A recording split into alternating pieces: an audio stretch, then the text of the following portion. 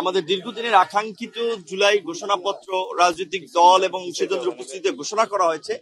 কিন্তু আমাদের যে প্রত্যাশাটা ছিল যে বিশেষ করে এত বিস্তৃত, যেমন এখানে একটা বিস্তৃত ইতিহাসের ধারাবাহিকতা বর্ণনা করা হয়েছে, ঘোষণাপত্র আসলে সংক্ষেপ হয়।